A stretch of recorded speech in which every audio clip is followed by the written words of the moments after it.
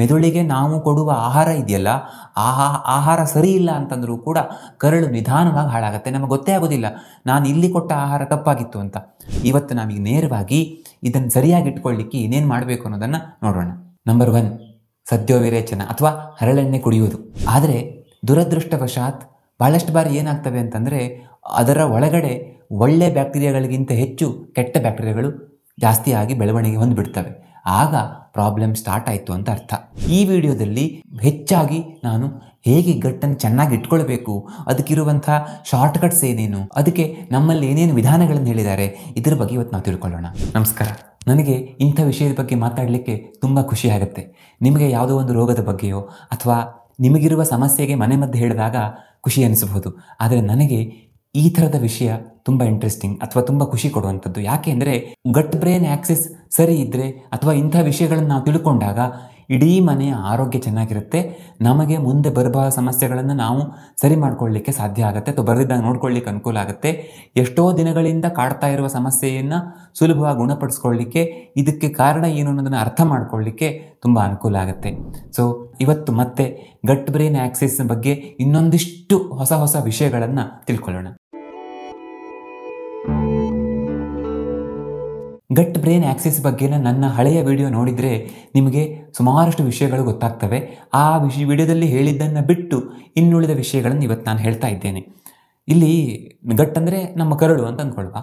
So ಆ ಕರಳನ್ನು ನಾವು ಒಂದು ಸಿಟಿ ಅಂತ ಅಂದ್ಕೊಂಡ್ರೆ ಅಲ್ಲಿ ಭಾಳಷ್ಟು ಜೀವಿಗಳಿದ್ದಾವೆ.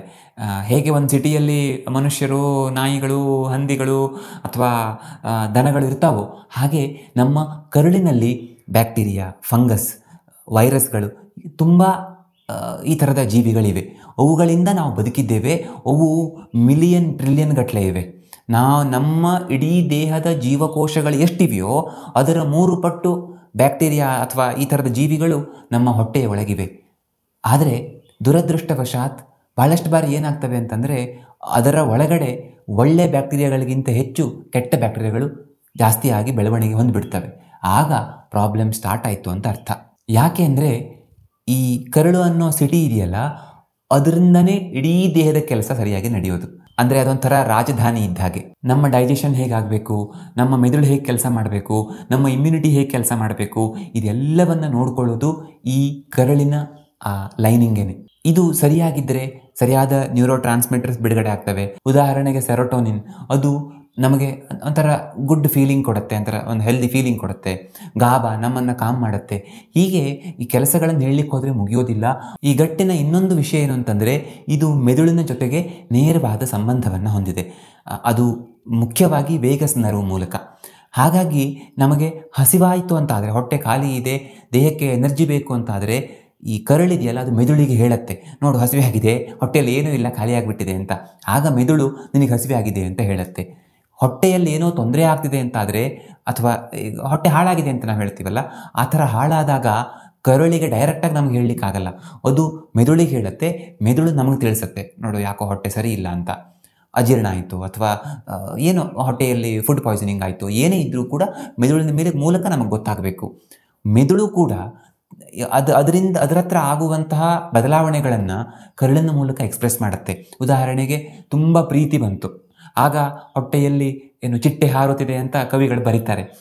ಇನ್ನು ತುಂಬ ಆಂಗ್ಸೈಟಿ ಆಯಿತು, ತುಂಬ ಸ್ಟ್ರೆಸ್ ಆಯಿತು, ತುಂಬ ಹೆದರಿಕೆ ಆಯಿತು, ಆವಾಗ ಹೊಟ್ಟೆಯಲ್ಲಿ ತುಂಬ ತೊಂದರೆ ಆಗುತ್ತೆ. ಸಮ್ಟೈಮ್ಸ್ ತಡ್ಕೊಳ್ಳಿಕ್ಕೆ ಆಗದಿರುವಷ್ಟು ಭೇದಿ ಆಗುತ್ತೆ. ಹಾಗಾಗಿ ಆಯುರ್ವೇದದಲ್ಲಿ ಅತಿಸಾರ ಅಂದರೆ ಈ ಭೇದಿಗೆ ಕಾರಣಗಳನ್ನು ಹೇಳುವಾಗ, ಈಗ ವಾತಜ, ಪಿತ್ತಜ, ಕಫಜ ಹಿಂಗೆಲ್ಲ ಹೇಳುವಾಗ ಶೋಕಜ ಅತಿಸಾರ, ಭಯಜ ಅತಿಸಾರ ಅಂತ ಕೂಡ ಆ್ಯಡ್ ಮಾಡ್ತಾರೆ. ಶೋಕದಿಂದ ಮತ್ತು ಭಯದಿಂದ ಬರುವಂಥದ್ದು ಅಂತ. ಅದಕ್ಕೆ ಬೇರೆ ರೀತಿಯ ಚಿಕಿತ್ಸೆಗಳನ್ನೇ ಹೇಳ್ತಾರೆ. ಹಾಗಾಗಿ ಈ ಕರುಳು ಮೆದುಳಿನ ಸಂಬಂಧ ತುಂಬ ಅದ್ಭುತವಾದ್ದು. ಈ ವಿಡಿಯೋದ ಕೊನೆಯಲ್ಲಿ ನನ್ನ ಮೊದಲನೇ ವಿಡಿಯೋದ ಲಿಂಕ್ ಕೊಟ್ಟಿರ್ತೇನೆ. ಅದನ್ನು ನೀವು ನೋಡಿಲ್ಲ ಅಂದರೆ ಇನ್ನೊಂದ್ಸಲ ನೋಡಿ. ಅದರಲ್ಲಿ ತುಂಬ ಕ್ಲಿಯರ್ ಆಗಿ ನಾನು ಎಕ್ಸ್ಪ್ಲೇನ್ ಮಾಡಿದ್ದೇನೆ. ಈ ವಿಡಿಯೋದಲ್ಲಿ ಹೆಚ್ಚಾಗಿ ನಾನು ಹೇಗೆ ಗಟ್ಟನ್ನು ಚೆನ್ನಾಗಿ ಇಟ್ಕೊಳ್ಬೇಕು, ಅದಕ್ಕಿರುವಂಥ ಶಾರ್ಟ್ಕಟ್ಸ್ ಏನೇನು, ಅದಕ್ಕೆ ನಮ್ಮಲ್ಲಿ ಏನೇನು ವಿಧಾನಗಳನ್ನು ಹೇಳಿದ್ದಾರೆ, ಇದರ ಬಗ್ಗೆ ಇವತ್ತು ನಾವು ತಿಳ್ಕೊಳ್ಳೋಣ. ಇದನ್ನು ಸರಿಯಾಗಿ ಇಟ್ಕೊಳ್ಳೋದು ಅಥವಾ ಸರಿ ಮಾಡ್ಕೊಳ್ಳೋದು ಹೇಗೆ ಅನ್ನೋದ್ರ ಮೊದಲು ಈ ಗಟ್ಟು ಯಾಕೆ ಹಾಳಾಗತ್ತೆ ಅಂತ ನೋಡೋಣ. ಈ ಗಟ್ಟಲ್ಲಿರುವಂಥ ಕೆಟ್ಟ ಬ್ಯಾಕ್ಟೀರಿಯಾಗಳ ಸಂಖ್ಯೆ ತುಂಬ ಹೆಚ್ಚಾದಾಗ ಅವು ಗಟ್ ಲೈನಿಂಗನ್ನು ಹಾಳು ಮಾಡ್ತವೆ. ಆಗ ನಮ್ಮ ದೇಹಕ್ಕೆ ನಾವು ತಗೊಂಡಿರುವ ಆಹಾರದಲ್ಲಿ ಇರುವಂಥದ್ದು ಯಾವ್ಯಾವ್ದು ಸೇರಬಾರ್ದಿತ್ತೋ ಅದು ಸೇರುತ್ತೆ, ಯಾವ್ದು ಸೇರಬೇಕಿತ್ತೋ ಅದು ಸೇರಲ್ಲ. ಆಗ ಸಹಜವಾಗಿ ನಾವು ವೀಕ್ ಆಗ್ತವೆ ಮತ್ತು ನಮ್ಮ ದೇಹದಲ್ಲಿ ಬರಬಾರ್ದಂಥ ಭಾಳ ರೀತಿಯ ರೋಗಗಳು ಬರ್ತವೆ. ನಮ್ಮ ಇಮ್ಯುನಿಟಿ ತಪ್ಪಾಗಿ ಅರ್ಥ ಮಾಡ್ಕೊಳ್ಳುತ್ತೆ, ಆಟೋ ಇಮ್ಯೂನ್ ಅಂತ ಕಾಯಿಲೆಗಳು ಬರ್ತವೆ. ಅವು ಬಿಡುಗಡೆ ಮಾಡುವಂಥ ಟಾಕ್ಸಿನ್ಸಿಂದಾಗಿ ನಮ್ಮ ಮೆದುಳಿನಲ್ಲಿ ತುಂಬ ರೀತಿಯ ವ್ಯತ್ಯಾಸಗಳಾಗ್ತವೆ. ಹೀಗೆ ತರಹೇವಾರಿ ತೊಂದರೆಗಳಾಗ್ತವೆ. ಇವುಗಳನ್ನೆಲ್ಲ ನಾವು ವಿಡಿಯೋದಲ್ಲಿ ಎಕ್ಸ್ಪ್ಲೇನ್ ಮಾಡಿದ್ದೇನೆ. ಇವತ್ತು ನಾವೀಗ ನೇರವಾಗಿ ಇದನ್ನು ಸರಿಯಾಗಿ ಇಟ್ಕೊಳ್ಳಿಕ್ಕೆ ಏನೇನು ಮಾಡಬೇಕು ಅನ್ನೋದನ್ನು ನೋಡೋಣ. ನಂಬರ್ 1, ಸದ್ಯೋವಿರೇಚನ ಅಥವಾ ಹರಳೆಣ್ಣೆ ಕುಡಿಯುವುದು. ಸುಶ್ರುತ ಸಂಹಿತೆಯಲ್ಲಿ ಏರಂಡ ತೈಲ ಅಥವಾ ಈ ಹರಳೆಣ್ಣೆಯನ್ನು ಎಕ್ಸ್ಪ್ಲೇನ್ ಮಾಡುವಾಗ ತುಂಬ ಸ್ಪೆಷಲ್ ಶಬ್ದಗಳನ್ನು ಆಯ್ಕೆ ಮಾಡಿ ಹಾಕಿದ್ದಾರೆ. ಅದನ್ನು ಎಕ್ಸ್ಪ್ಲೇನ್ ಮಾಡ್ತಾ ಸ್ರೋತೋ ವಿಶೋಧನಂ ತ್ವಚ್ಯಂ ಋಷ್ಯಂ ವಯಸ್ಥಾಪನಂ ಅಂತ ಹೇಳ್ತಾರೆ. ಸ್ರೋತೋ ವಿಶೋಧನಂ ಅಂದರೆ ನಮ್ಮ ಚಾನೆಲ್ಸನ್ನೆಲ್ಲ ಕ್ಲೀನ್ ಮಾಡುತ್ತೆ ಅಂತ. ಹೊಟ್ಟೆಯನ್ನು ಕ್ಲೀನ್ ಮಾಡಲಿಕ್ಕೆ ತುಂಬ ಒಳ್ಳೆಯದಿದು. ಅಂದರೆ ಆ ಕೆಟ್ಟ ಬ್ಯಾಕ್ಟೀರಿಯಾಗಳನ್ನೆಲ್ಲ ಹೊರಗೆ ಹಾಕಲಿಕ್ಕೆ, ಕರುಳಿನಲ್ಲಿ ಏನು ಏರುಪೇರು ಆಗಿದೆಯಲ್ಲ ಅದನ್ನು ಸರಿ ಮಾಡಲಿಕ್ಕೆ ತುಂಬ ಹೆಲ್ಪ್ಫುಲ್. ತ್ವಚ್ಯಂ ಅಂದರೆ ಇದು ಚರ್ಮಕ್ಕೆ ಒಳ್ಳೆಯದು, ಋಷ್ಯಂ ಅಂದರೆ ಈ ಲೈಂಗಿಕ ಶಕ್ತಿಯನ್ನು ಹೆಚ್ಚು ಮಾಡುತ್ತೆ, ಇದೆಲ್ಲ ಓಕೆ. ವಯಸ್ಥಾಪನಂ ಅಂದರೆ ನಮ್ಮ ಮುಪ್ಪನ್ನು ದೂರ ಮಾಡುತ್ತೆ ಅಥವಾ ನಮ್ಮ ವಯಸ್ಸನ್ನು ತಡೀತದೆ, ಅಲ್ಲೇ ನಿಲ್ಲುವಂಗೆ ಮಾಡುತ್ತೆ ಅಂತ ಅರ್ಥ. ಹಾಗಾಗಿ ನಮ್ಮ ದೇಹದ ಮೇಲೆ ಇದು ಆ್ಯಂಟಿ ಆಕ್ಸಿಡೆಂಟ್ ಆಗಿ ಆ್ಯಂಟಿ ಇನ್ಫ್ಲಮೇಟರಿ ಕೆಲಸ ಮಾಡುತ್ತೆ ಅಂತ ಅರ್ಥ. ಆರೋಗ್ಯ ಮೇಧಾ ಕಾಂತಿ ಸ್ಮೃತಿ ಬಲಪ್ರದಂ ಅಂತ ಹೇಳ್ತಾರೆ. ಅಂದರೆ ಆರೋಗ್ಯವನ್ನು ಇಂಪ್ರೂವ್ ಮಾಡುತ್ತೆ, ಕಾರಣ ಹೊಟ್ಟೆಯನ್ನು ಸರಿ ಮಾಡೋದ್ರಿಂದ ಆರೋಗ್ಯವನ್ನು ಇಂಪ್ರೂವ್ ಮಾಡುತ್ತೆ. ಮೇಧಾ ಕಾಂತಿ ಅಂದರೆ ಮೆದುಳಿನ ಶಕ್ತಿ, ಮೇಧಾಶಕ್ತಿ ಇದೆಯಲ್ಲ, ನಾವೇನಾದ್ರು ನೆನಪಿಟ್ಕೊಳ್ಬೇಕು, ನಾವು ಏನನ್ನಾದರೂ ಬೇಗ ಗ್ರಾಸ್ಪ್ ಮಾಡಬೇಕು, ಅದನ್ನು ಬೇಕಾದಾಗ ರೀಕಲೆಕ್ಟ್ ಮಾಡಬೇಕು. ಸೊ ಈ ಥರ ಮೇಧಾಶಕ್ತಿಯನ್ನು ಇಂಪ್ರೂವ್ ಮಾಡಲಿಕ್ಕೆ ಇದು ಹೆಲ್ಪ್ಫುಲ್ ಅಂತ. ಆ್ಯಕ್ಚುಲಿ ಯಾರಿಗೆ ಗಟ್ಟು ಹಾಳಾಗುತ್ತೋ ಅವರಿಗೆ ಮೆಮೊರಿ ಪವರ್ ಕೂಡ ಕಡಿಮೆ ಆಗಲಿ. ಬರೀ ಸಿಟ್ಟು ಬರೋದು, ಟೆನ್ಷನ್ ಆಗೋದು, ಆ್ಯಂಗ್ಸೈಟಿ, ಡಿಪ್ರೆಷನ್ ಆಗೋದು ಅಷ್ಟೇ ಅಲ್ಲ, ಮೆಮೊರಿ ಪವರ್ ಕೂಡ ಕಡಿಮೆ ಆಗುತ್ತೆ ಅಂತ ಆಧುನಿಕ ವಿಜ್ಞಾನ ಹೇಳುತ್ತೆ. ಅದಕ್ಕೆ ಇದು ತುಂಬ ಹೆಲ್ಪ್ಫುಲ್. ಕಾಂತಿಪ್ರದಂ, ಕಾಂತಿಯನ್ನು ಹೆಚ್ಚು ಮಾಡುತ್ತೆ. ಸ್ಮೃತಿಪ್ರದಂ, ಸ್ಮೃತಿ ಅಂದರೆ ಮೆಮೊರಿ, ಅದನ್ನು ಇಂಪ್ರೂವ್ ಮಾಡುತ್ತೆ ಅಂತ. ಹಾಗಾಗಿ ಈ ಹರಳೆಣ್ಣೆ ಕುಡಿಯೋದು ಅಪರೂಪಕ್ಕೊಂದ್ಸಲ ಮಾಡಿದರೆ ತುಂಬ ಅನುಕೂಲ ಆಗುತ್ತೆ. ಅದನ್ನು ಹೇಗೆ ಮಾಡಬೇಕು ಅಂದರೆ, ಒಂದು ಫಸ್ಟ್ ತಗೊಳ್ಳುವಾಗ ಒಂದು 15-20 ml ಅಷ್ಟೇ ತೊಗೊಂಡು ನೋಡಬೇಕು. ಮೊದಲನೇ ಬಾರಿ ಒಂದು ಸಂಡೆ ತೊಗೊಳ್ತೀರಿ ಅಂತ ಇಟ್ಕೊಳ್ಳಿ, ಫ್ರೀ ಇದ್ದ ದಿವಸ ಬೆಳಿಗ್ಗೆ ಖಾಲಿ ಹೊಟ್ಟೆಯಲ್ಲಿ ಒಂದು ಅರ್ಧ ಲೋಟ ಬೆಚ್ಚಗಿನ ಹಾಲು ಅಥವಾ ಬಿಸಿನೀರಿಗೆ ಈ ಒಂದು 20 ml ಹರಳೆಣ್ಣೆಯನ್ನು ಹಾಕ್ಕೊಂಡು ಕುಡಿಬೋದು. ಅಥವಾ ಹರಳೆಣ್ಣೆಯನ್ನು ಮೂಗಿಡ್ಕೊಂಡು ಕುಡಿದು ಅದರ ಮೇಲೆ ಬಿಸಿನೀರನ್ನು, ಬಿಸಿ ಹಾಲನ್ನು ಕುಡಿಬೋದು. ಆ ಥರ ಕುಡಿದ ನಂತರ ಒಂದು ಅರ್ಧ ಗಂಟೆ ಬಿಟ್ಟು ಚೆನ್ನಾಗಿ ಬಿಸಿನೀರು ಕುಡಿಲಿಕ್ಕೆ ಶುರು ಮಾಡಬೇಕು. ಪ್ರತಿ ಬಾರಿ ಮೋಷನ್ ಹೋಗಿ ಬಂದಾಗಲೂ ಚೆನ್ನಾಗಿ ಬಿಸಿನೀರು ಕುಡಿಬೇಕು. ಈ ಥರ ಮಾಡಿದಾಗ ಮತ್ತೆ ಮೋಷನ್ ಆಗುತ್ತೆ. 20 ml ಕುಡಿದಾಗ ಕೆಲವೊಬ್ಬರಿಗೆ ಒಂದು ಸಲನೂ ಮೋಷನ್ ಆಗಲಿಕ್ಕಿಲ್ಲ, ಕೆಲವೊಬ್ಬರಿಗೆ 7-8 ಸಲನೂ ಕೂಡ ಆಗ್ಬೋದು. ಅದು ನಿಮ್ಮ ಹೊಟ್ಟೆಯ ಪ್ರಕೃತಿ ಮೇಲೆ ಡಿಪೆಂಡ್ ಆಗುತ್ತೆ.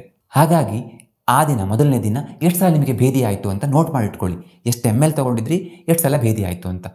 ನಿಮಗೆ ಒಂದು ಸಲನೂ ಆಗಲಿಲ್ಲ ಅಂದರೆ ನೆಕ್ಸ್ಟ್ ಟೈಮ್ 30 ml ತೊಗೊಳ್ಳಿ. 4-5 ಸಲ ಆಗಿದೆ ಅಂತಂದರೆ ಸಾಕು. ನೆಕ್ಸ್ಟ್ ಟೈಮ್ ಒಂದು 15 ದಿವಸ, ತಿಂಗಳನ್ನು ಬಿಟ್ಟು, ಅಥವಾ ಇಲ್ಲಪ್ಪ ನಮಗೆ ಅದು ಕುಡಿಲಿಕ್ಕೆ ಕಷ್ಟ ಅಂದರೆ ಒಂದು ಅರ್ಧ ವರ್ಷ ಅಂದರೆ 6 ತಿಂಗಳು ಬಿಟ್ಟು ಮತ್ತೆ ಕುಡಿಬಹುದು. ಬಟ್ ಸಾಧ್ಯ ಆದರೆ ತಿಂಗಳಿಗೆ ಒಂದು ಸಾರಿ, ಅದು ಆಗಲ್ಲ ಅಂದರೆ 2 ತಿಂಗಳಿಗೆ ಒಂದು ಸಾರಿ ಕುಡಿದ್ರೆ ತುಂಬ ಒಳ್ಳೆ ರಿಸಲ್ಟ್ ಬರುತ್ತೆ. ಸೊ ಫಸ್ಟ್ ಟೈಮ್ 20 ml ಕುಡಿದಾಗ 5 ಸಲ ಆಗಿತ್ತು ಅಂದರೆ ನೆಕ್ಸ್ಟ್ ಟೈಮ್ ಅಷ್ಟೇ ಕುಡೀರಿ. 20 ml ಕುಡಿದಾಗ 10 ಸಲ ಆಗಿತ್ತು ಅಂದರೆ ಅದಕ್ಕೆ ಅರ್ಧ ಕೇಳಿಸಿ. ಸಾಮಾನ್ಯವಾಗಿ 20 mlಗೆ 1 ಸಲ 2 ಸಲ ಆಗೋದು ಜಾಸ್ತಿ. ಆದರೆ ಮೊದಲನೇ ಬಾರಿ ಕುಡಿಯುವಾಗ ನಿಮಗೆ ಡೋಸ್ ಹೆಚ್ಚು ಹೇಳೋದು ಬೇಡ ಅಂತ ನಾನು ಹೀಗೆ ಹೇಳಿದೆ. ಆಮೇಲೆ ನಿಮಗೆ ತೊಂದರೆ ಆಗೋದು, ನಾನು ಈ ವಿಡಿಯೋದಲ್ಲಿ ಹೇಳಿಬಿಡೋದು, ನಾನು ನಿಮ್ಮ ಪ್ರಕೃತಿಯನ್ನು ನೋಡಿರೋದಿಲ್ಲ ಮತ್ತು ನಿಮಗೆ ಸಮಸ್ಯೆ ಆಗಬಾರ್ದು ಅಂತ ಆ ಕಾರಣಕ್ಕೆ ಇದನ್ನು ಹೇಳ್ತಾ ಇದ್ದೇನೆ. ನೀವು ಇದ್ರ ಬಗ್ಗೆ ಸ್ಪೆಷಲ್ಲಾಗಿ ಒಂದು ವಿಡಿಯೋ ಮಾಡಬೇಕು, ಹರಳೆಣ್ಣೆ ಕುಡಿಯುವ ವಿಧಾನ ಅನ್ನೋದ್ರ ಬಗ್ಗೆ ಬೇಕು ಅಂತಂದರೆ ಹರಳೆಣ್ಣೆ ಅಂತ ಕಮೆಂಟ್ ಮಾಡಿ, ನಾನು ಖಂಡಿತ ಒಂದು ವಿಡಿಯೋ ಮಾಡ್ತೇನೆ. ಆ ಹರಳೆಣ್ಣೆಯ ಗುಣಗಳೇನೇನು, ಅದನ್ನು ಹೇಗೆ ತೆಗೆದುಕೊಳ್ಬೇಕು, ಅದೆಲ್ಲದ್ರ ಬಗ್ಗೆ ಡೀಟೇಲಾಗಿ ಮತ್ತೊಂದು ಸಲ ಮಾತಾಡೋಣ. ಇನ್ನು ಎರಡನೇದು ಆಹಾರ ಶುದ್ಧವು ಸತ್ವಶುದ್ಧಿ. ಅಂದರೆ ಆಹಾರ ಶುದ್ಧವಾಗಿದ್ದರೆ ನಮ್ಮ ಬ್ರೈನ್ ಅಥವಾ ನಮ್ಮ ಮನಸ್ಸು ಶುದ್ಧವಾಗಿರುತ್ತೆ ಅಂತ. ಆ ಕಾಲದಲ್ಲಿ ಅದನ್ನು ಹೇಳಿದ್ದಾರೆ ನೋಡಿ. ಈಗ ಮಾಡರ್ನ್ ಸೈನ್ಸ್ ಕೂಡ ಅದನ್ನೇ ಹೇಳುತ್ತೆ. ನಮ್ಮ ಡಯಟ್ ಸರಿಯಾಗಿದ್ದರೆ ನಮ್ಮ ಕರಳಲ್ಲಿರುವಂಥ ಒಳ್ಳೆ ಬ್ಯಾಕ್ಟೀರಿಯಾ ಚೆನ್ನಾಗಿ ಹೆಚ್ಚಾಗ್ತವೆ. ಕೆಟ್ಟದ್ದು ನಾವು ಜಂಕ್ ಫುಡ್ ಅಂತ ಹೇಳ್ತೀವಲ್ಲ, ಬಿಸ್ಕಿಟ್ಸೋ ಚಾಕ್ಲೇಟ್ಸೋ ಅದು ಇದು ತಿಂತೀವಲ್ಲ, ಸೊ ಅವು ನಾವು ಹೆಚ್ಚಾಗಿ ಸೇವನೆ ಮಾಡಿದರೆ ಕೆಟ್ಟ ಬ್ಯಾಕ್ಟೀರಿಯಾ ಹೆಚ್ಚಾಗ್ತವೆ. ಆಗ ನಮ್ಮ ಮೆದುಳಿನಲ್ಲಿ ನೆಗೆಟಿವ್ ಥಾಟ್ಸ್, ಸ್ಟ್ರೆಸ್, ಆ್ಯಂಗ್ಸೈಟಿ ಸಮಸ್ಯೆಗಳು ಉಂಟಾಗ್ತವೆ ಅಂತ. ಹಾಗಾಗಿ ಆಹಾರ ಶುದ್ಧವಾಗಿರಬೇಕು. ಎಷ್ಟಾಗುತ್ತೋ ಅಷ್ಟು ಒಳ್ಳೆಯ ಆಹಾರವನ್ನು ಮಾತ್ರ ಸೇವನೆ ಮಾಡಬೇಕು ಅಂತ. ಒಳ್ಳೆಯ ಆಹಾರ ಅಂದರೆ ಹಿತಭುಕ್, ಮಿತಭುಕ್, ಋತಭುಕ್ ಅಂತ ಹೇಳ್ತೇವೆ ಅಲ್ವಾ. ಹಿತಭುಕ್ ಅಂತಂದರೆ ನಮ್ಮ ದೇಹಕ್ಕೆ ಹಿತವನ್ನು ಕೊಡುವಂಥ ಒಳ್ಳೆಯ ಆಹಾರವನ್ನು ಸೇವನೆ ಮಾಡಬೇಕು. ಮಿತ ಬುಕ್ ಅಂದರೆ ಪ್ರಮಾಣದಲ್ಲಿ ಹೊಟ್ಟೆಯ ಮುಕ್ಕಾಲು ಭಾಗ ಮಾತ್ರ ತಿನ್ನಬೇಕು, ಮೂಗಿಗೆ ಬರುವಾಗ ತಿನ್ನಬಾರ್ದು. ಋತ ಬುಕ್ ಅಂತಂದರೆ ಊಟ ಮಾಡುವಾಗ ಆ ಊಟ ಒಳ್ಳೆಯ ಸೋರ್ಸಿಂದ ಬಂದಿದೆ ಅಂತ ನೋಡಬೇಕು. ಅಂದರೆ ನಮ್ಮ ಸಂಪಾದನೆ ಮೋಸದಿಂದ ಆಗಿದ್ದರೆ ಅಥವಾ ನಾವು ಆ ಅನ್ನವನ್ನು ಸಂಪಾದನೆ ಮಾಡೋದು ಒಳ್ಳೆಯ ರೀತಿಯಲ್ಲಿ ಮಾಡಿಲ್ಲ ಅಂತಾದರೆ ಆಗ ಅದು ಋತ ಬುಕ್ ಆಗೋದಿಲ್ಲ, ಅದು ಅಸತ್ಯದಿಂದ ಬಂದಿರುವಂಥದ್ದಾಗಿರುತ್ತೆ. ಅದರಿಂದ ನೆಗೆಟಿವ್ ಎಫೆಕ್ಟ್ ಆಗುತ್ತೆ ಅಂತ. ಜೊತೆಗೆ ಊಟ ಮಾಡುವಾಗ ನಮ್ಮ ಮನಸ್ಸು ಶುದ್ಧವಾಗಿರಬೇಕು, ಅಂದರೆ ಆ ನಿರ್ಮಲ ಮನಸ್ಸಿನಿಂದ ಊಟ ಮಾಡಬೇಕು.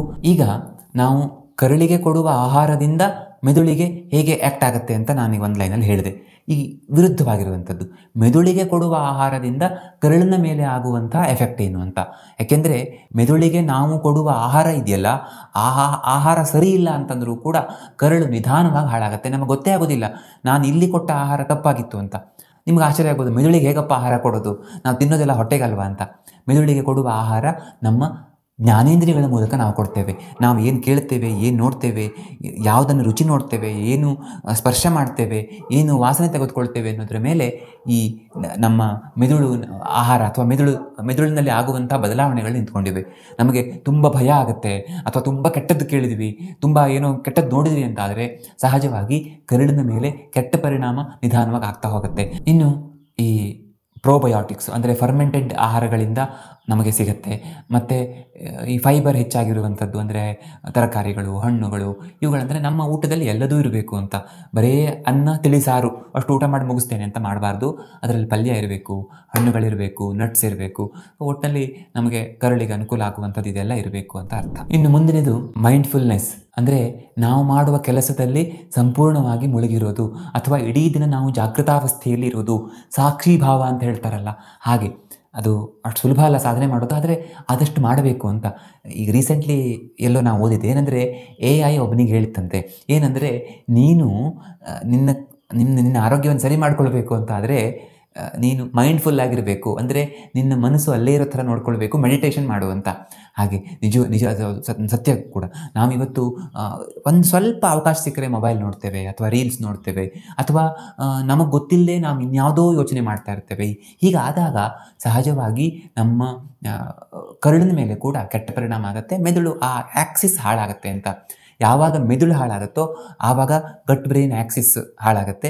ಯಾವಾಗ ಕರಳು ಹಾಳಾಗುತ್ತೋ ಆವಾಗ ಕೂಡ ಗಟ್ ಬ್ರೈನ್ ಆ್ಯಕ್ಸಿಸ್ ಹಾಳಾಗುತ್ತೆ. ಹಾಗಾಗಿ ಇದು ಎರಡನ್ನೂ ಚೆನ್ನಾಗಿ ಇಟ್ಕೊಳ್ಳೋದು ವೆರಿ ಇಂಪಾರ್ಟೆಂಟ್. ಮುಂದಿನದು ವೆರಿ ಇಂಪಾರ್ಟೆಂಟ್ ಆಗಿರುವಂಥ ಬ್ರೀದಿಂಗ್ ಎಕ್ಸಸೈಸ್. ಇದನ್ನು ನಾವು ಸರಿಯಾಗಿ ಫಾಲೋ ಮಾಡಿದ್ರೆ ಎಂಥ ಕರಳು ಕೂಡ ಸರಿ ಆಗಲೇಬೇಕು. ಯಾಕೆ ಅಂದರೆ ಅದರ ಮೆಕ್ಯಾನಿಸಮ್ ನಾನು ನಿಮಗೆ ಹೇಳ್ತೇನೆ. ಯಾವುದು ಅಂದರೆ ಡೀಪ್ ಬ್ರೀದಿಂಗ್ ಎಕ್ಸಸೈಸ್. ಅಂದರೆ ನಮ್ಮ ಉಸಿರಾಟವನ್ನು ದೀರ್ಘವಾಗಿ ಮಾಡೋದು, ದೀರ್ಘವಾಗಿ ಉಸಿರನ್ನು ತೆಗೆದುಕೊಳ್ಳೋದು, ದೀರ್ಘವಾಗಿ ಉಸಿರನ್ನು ಹೊರಗೆ ಹಾಕೋದು. ಇದಕ್ಕೆ ಡೈಫ್ರಮ್ಯಾಟಿಕ್ ಬ್ರೀದಿಂಗ್ ಅಂತ ಕೂಡ ಹೇಳ್ತಾರೆ. ನಾವು ಈ ಮೇಲಿಂದ ಮೇಲೆ ಉಸಿರಾಡ್ತೇವೆ, ನಮ್ಗೆ ಗೊತ್ತಾಗಲ್ಲ. ಅದು ಹೀಗೆ ಉಸಿರು ಇಲ್ಲಿವರೆಗೆ ಬರುತ್ತೆ, ಹೋಗುತ್ತೆ ಬರುತ್ತೆ, ಈ ಥರ ಆಗ್ತಾ ಇರುತ್ತೆ. ಅದನ್ನೇ ನಾವು ಡೀಪಾಗಿ ಮಾಡಿದಾಗ ನಮ್ಮ ಶ್ವಾಸಕೋಶಗಳಿವೆಯಲ್ಲ ಅವು ಡೈಫ್ರಾಮನ್ನು ಅಂದರೆ ಶ್ವಾಸಕೋಶಗಳ ಕೆಳಗಡೆ ಇರುವಂಥ ಪರದೆ ಇದೆಯಲ್ಲ, ಹೊಟ್ಟೆ ಮತ್ತು ಎದೆಯನ್ನು ಬೇರೆ ಮಾಡುವಂಥ ಮಾಂಸದ ಪರದೆ ಇದೆಯಲ್ಲ ಅದನ್ನು ಒತ್ತುತ್ತದೆ ಕೆಳಗೆ. ಆ ಥರ ನಾವು ಆ ಮಾಂಸಖಂಡವನ್ನು ಬಳಕೆ ಮಾಡ್ಕೊಳ್ತೇವೆ.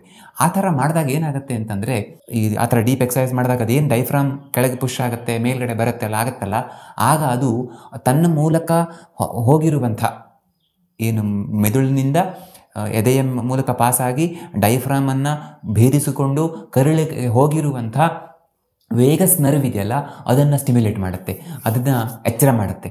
ಆ ಥರ ಮಾಡಿದಾಗ ಏನಾಗುತ್ತೆ ಅಂತ ನಾವು ತಿಳ್ಕೊಳ್ಬೇಕು. ಈ ವೇಗಸ್ ನರ್ವ್ ಇದೆಯಲ್ಲ ಇದು ಒಂದು ದೊಡ್ಡ ಪ್ಯಾರಾಸಿಂಪಥೆಟಿಕ್ ನರ್ವ್. ಇಲ್ಲಿ ಸಿಂಪಥೆಟಿಕ್ ಅಂತಂದರೆ ಈ ಸಿಂಪಥೆಟಿಕ್ ನರ್ವ್ ಅಂತಂದರೆ ನಮಗೆ ಗಾಬರಿ ಆಯಿತು, ಓಡಬೇಕು, ಹಾವು ಬಂತು ಕಚ್ಚಲಿಕ್ಕೆ, ನಮಗೆ ಆವಾಗ ನಾವು ಈ ಫೈಟ್ ಆ್ಯಂಡ್ ಫ್ಲೈಟ್ ಮೋಡ್ಗೆ ನಮ್ಮನ್ನು ತರುತ್ತೆ, ಹೊಡಿ ಬಡಿ ಆ ಮೋಡ್ಗೆ ನಮ್ಮನ್ನು ತರುತ್ತೆ, ನಮ್ಮನ್ನು ಎಚ್ಚರವಾಗಿಡುವಂಥ ಕೆಲಸವನ್ನು ಮಾಡುತ್ತೆ. ಈ ಪ್ಯಾರಾಸಿಂಪಥೆಟಿಕ್ ನರ್ವ್ ಇದೆಯಲ್ಲ ಇದು ಡೈಜೆಸ್ಟ್ ಮಾಡಲಿಕ್ಕೆ ಅಥವಾ ಸ್ವಲ್ಪ ಕಾಮ್ ಆಗಿರಲಿಕ್ಕೆ, ಕೂಲ್ ಆಗಿರಲಿಕ್ಕೆ ಅನುಕೂಲ ಮಾಡಿಕೊಡುವಂಥದ್ದು. ನಮಗೆ ಗೊತ್ತಿಲ್ಲದೆ ನಾವು ಇವತ್ತು ಒಂಥರ ಯಾವಾಗ ನೋಡಿದ್ರೂ ಫೈಟ್ ಆ್ಯಂಡ್ ಫ್ಲೈಟ್ ಮೋಡಲ್ಲಿ ಇರ್ತೇವೆ, ನಮ್ಮ ಹಿಂದಿನ ಹಿರಿಯರ ಥರ ಅಲ್ಲ. ಹಾಗಾಗಿ ನಮ್ಮನ್ನು ಕಾಮ್ ಮಾಡಲಿಕ್ಕೆ ಇದು ತುಂಬ ಹೆಲ್ಪ್ಫುಲ್. ಹಾಗಾಗಿ ನಾವು ಎಷ್ಟು ಅವಕಾಶ ಆದಾಗೆಲ್ಲ ಈ ಡೀಪ್ ಬ್ರೀದಿಂಗ್ ಮಾಡ್ತಾ ಹೋದರೆ ನಮಗೆ ಗೊತ್ತಿಲ್ಲದೇ ನಮ್ಮ ಆರೋಗ್ಯ ಸರಿ ಆಗ್ತಾ ಆಗ್ತಾ ಹೋಗುತ್ತೆ. ಹಾಗಾಗಿ ಯೋಗದಲ್ಲಿ ಅದಕ್ಕೆ ಇಷ್ಟೊಂದು ಮಹತ್ವವನ್ನು ಕೊಟ್ಟಿರೋದು. ಪ್ರಾಣಾಯಾಮ ಅಂತ ಅದಕ್ಕೆ ಹೇಳ್ತಾ ಇರೋದು. ಅಂದರೆ ಆ ಉಸಿರಾಟಕ್ಕೆ ಒಂದು ಗತಿಯನ್ನು, ಆಯಾಮವನ್ನು ತಂದುಕೊಡೋದು ಅಂತ. ಬೇಕಿದ್ದರೆ ನೀವು ಮಾಡಿ, ನಿಮಗೆ ಈಗಲೇ ನೀವು ವಿಡಿಯೋವನ್ನು ಬೇಕಾದರೆ ಪಾಸ್ ಮಾಡಿ ಒಂದೇ ಒಂದು ನಿಮಿಷ ಡೀಪ್ ಬ್ರೀತಿಂಗ್ ಮಾಡಿ ನೋಡಿ, ನಿಮ್ಮ ಮನಸ್ಸು ಎಷ್ಟು ಕೂಲ್ ಆಗುತ್ತೆ ಅಂತ. ಯಾಕೆಂದರೆ ಇದು ಬ್ರೈನಲ್ಲಿ ಸ್ಟ್ರೆಸ್ಸನ್ನು ಕಡಿಮೆ ಮಾಡಿದ್ರೆ ಹೊಟ್ಟೆಯಲ್ಲಿ ಗಟ್ ಹೀಲಿಂಗನ್ನು ಇಂಪ್ರೂವ್ ಮಾಡುತ್ತೆ. ಇದರಿಂದ ತುಂಬ ಅನುಕೂಲ ಆಗುತ್ತೆ. ಇಡೀ ದೇಹದ ಇನ್ಫ್ಲಮೇಷನ್ ಕಡಿಮೆ ಆಗುತ್ತೆ.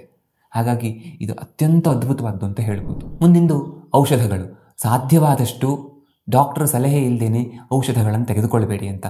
ಔಷಧಗಳು ಅಂದ ತಕ್ಷಣ ಬರೀ ಈ ಮಾಡರ್ನ್ ಮೆಡಿಸಿನ್, ಅಲೋಪತಿಕ್ ಮೆಡಿಸಿನ್ಸ್ ಅಂತ ಅಲ್ಲ. ಆಯುರ್ವೇದ ಇರಲಿ, ಹೋಮಿಯೋಪತಿ ಇರಲಿ, ಯಾವುದೇ ಇರಲಿ, ನೀವು ಡಾಕ್ಟ್ರನ್ನ ಕೇಳ್ಕೊಳ್ಳದೆ ತಗೊಳ್ಬೇಡಿ. ಮತ್ತು ವಿಶೇಷವಾಗಿ ಆ್ಯಂಟಿಬಯೋಟಿಕ್ಸನ್ನು ಪದೇ ತಗೊಳ್ಳುವಂಥ ಅನಿವಾರ್ಯತೆ ಇಲ್ಲದೆ ಹೋದರೆ ಬೇಡ. ಎಸ್ಪೆಷಲಿ ಚಿಕ್ಕ ಮಕ್ಕಳಿಗೆ 15 ದಿನಕ್ಕೊಮ್ಮೆ ನೆಗಡಿ ಆಗುತ್ತೆ, ಜ್ವರ ಬರುತ್ತೆ, ಪ್ರತಿ ಬಾರಿನೂ ಆ್ಯಂಟಿಬಯೋಟಿಕ್ ಕೊಡೋದು, ಹಾಗೆ ಮಾಡಬೇಡಿ.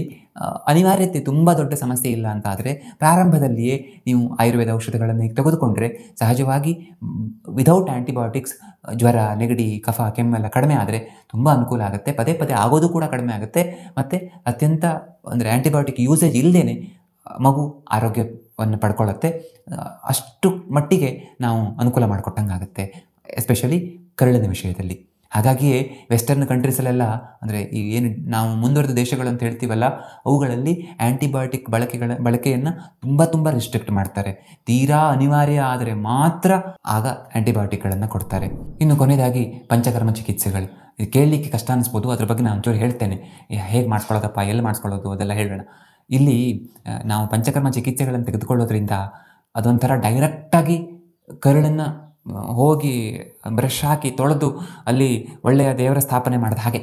ಯಾಕೆ ಅಂದರೆ ಈ ಪಂಚಕರ್ಮ ಚಿಕಿತ್ಸೆಗಳಿರೋದೇ ಗಟ್ಟನ್ನು ರಿಪೇರ್ ಮಾಡಿ ಇಡೀ ದೇಹವನ್ನು ಸರಿ ಮಾಡಲಿಕ್ಕೆ. ಹಾಗಾಗಿ ವರ್ಷಕ್ಕೊಂದ್ಸಲ, ಸಾಧ್ಯ ಆಗಿಲ್ಲ ಅಂದರೆ 2-3 ವರ್ಷಕ್ಕೊಂದ್ಸಲ ನಾವು ಪಂಚಕರ್ಮ ಚಿಕಿತ್ಸೆಗಳನ್ನು ತೆಗೆದುಕೊಳ್ಬೇಕು. ನಿಮಗೆ ಅನಿಸ್ಬೋದು ಅದನ್ನು ಎಲ್ಲಿ ತೆಗೆದುಕೊಳ್ಬೇಕು ಅಂತ. ನಿಮ್ಮ ಮನೆ ಹತ್ತಿರದಲ್ಲಿ ಆಯುರ್ವೇದ ಥೆರಪಿ ಸೆಂಟರ್ ಇದ್ದರೆ, ಪಂಚಕರ್ಮ ಸೆಂಟರ್ ಇದ್ದರೆ, ಸರಿಯಾಗಿ ಪಂಚಕರ್ಮ ಕೊಡುವಂಥ ಸೆಂಟರ್ ಇದ್ದರೆ ಅಲ್ಲಿ ಹೋಗಿ ಮಾಡಿಸ್ಕೊಳ್ಬೋದು. ಅಥವಾ ಹೊರಗಡೆ ಎಲ್ಲರೂ ಶಿರ್ಸಿಗೆ ಬಂದು ಮಾಡಿಸ್ಕೊಳ್ಬೋದು. ಇಲ್ಲ ಕೆಲವು ಸಂಸ್ಥೆಗಳು ನಡೆಸ್ತಿರುವಂಥ ದೊಡ್ಡ ಆಯುರ್ವೇದ ಆಸ್ಪತ್ರೆಗಳಿವೆ, ಅಲ್ಲಿ ಹೋಗಿ ಕೂಡ ಮಾಡಿಸ್ಕೊಳ್ಬೋದು. ಮತ್ತು ಪಂಚಕರ್ಮ ಅಂದರೆ ಹೇಗಿರುತ್ತೆ?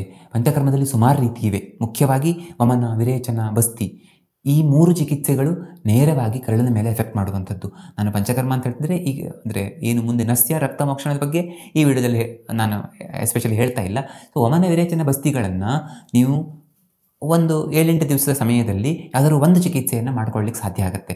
ಮ್ಯಾಕ್ಸಿಮಮ್ ಅಂದರೆ ಒಂದು 10 ದಿವಸ ಅಂತ ಅಂದ್ಕೊಳ್ಳಿ. ಸೊ ಅಷ್ಟು ಸಮಯವನ್ನು ಮಾಡಿಕೊಂಡು ನೀವು ಚಿಕಿತ್ಸೆಯನ್ನು ತೆಗೆದುಕೊಳ್ಬೇಕು. ಮತ್ತು ಇಲ್ಲಿ ಬೇರೆ ರೀತಿಯ ಇದಿರುತ್ತೆ, ತುಪ್ಪ ಕುಡಿಯೋದಿರುತ್ತೆ ವಮನ ಮತ್ತು ವಿರೇಚನದಲ್ಲಿ, ಮತ್ತು ಅಥವಾ ಕೊನೆ ದಿವಸ ವಾಂತಿ ಮಾಡೋದು, ಭೇದಿ ಮಾಡೋದು, ಈ ಥರ ಇರುತ್ತೆ. ಮತ್ತು ಬಸ್ತಿ ಚಿಕಿತ್ಸೆಯಲ್ಲಿ ಎನಿಮಾ ಥರ ಟ್ರೀಟ್ಮೆಂಟ್ ಇರುತ್ತೆ. ಆ ಥರದ ಚಿಕಿತ್ಸೆಯನ್ನು ಮಾಡಿಸ್ಕೊಳ್ಬೇಕಾಗತ್ತೆ. ಅದಕ್ಕೆ ಸರಿಯಾಗಿ ಪಂಚಕರ್ಮದ ಬಗ್ಗೆ ಚಿಕಿತ್ಸೆ ಮಾಡುವಂಥ ಸೆಂಟರಲ್ಲಿ ನೀವು ಮಾಡ್ಕೊಳ್ಬೇಕೆ ಹೊರತು ಯಾವುದೋ ಒಂದು ತುಂಬ ಡೆಕೋರೇಟಿವ್ ಆಗಿದೆ ಸೆಂಟರ್ ಅಂತ ಹೋಗಿ ಅಲ್ಲಿ ಹೋಗಿ ಜಸ್ಟ್ ಮಸಾಜ್ ಮಾಡ್ಕೊಂಡು ಪಂಚಕರ್ಮ ಆಯಿತು ಅನ್ನೋ ಥರ ಇಲ್ಲ. ಇನ್ನು ಅದು ಖರ್ಚು ಎಷ್ಟಾಗುತ್ತೆ ಅಂತ, ಅದು ನೀವು ಯಾವ ಚಿಕಿತ್ಸೆಯನ್ನು ಮಾಡ್ಕೊಳ್ತಿದ್ದೀರಿ ಮತ್ತು ಎಲ್ಲಿ ಮಾಡಿಸ್ಕೊಳ್ತಿದ್ದೀರಿ ಅನ್ನೋದು ಇಂಪಾರ್ಟೆಂಟ್ ಆಗುತ್ತೆ.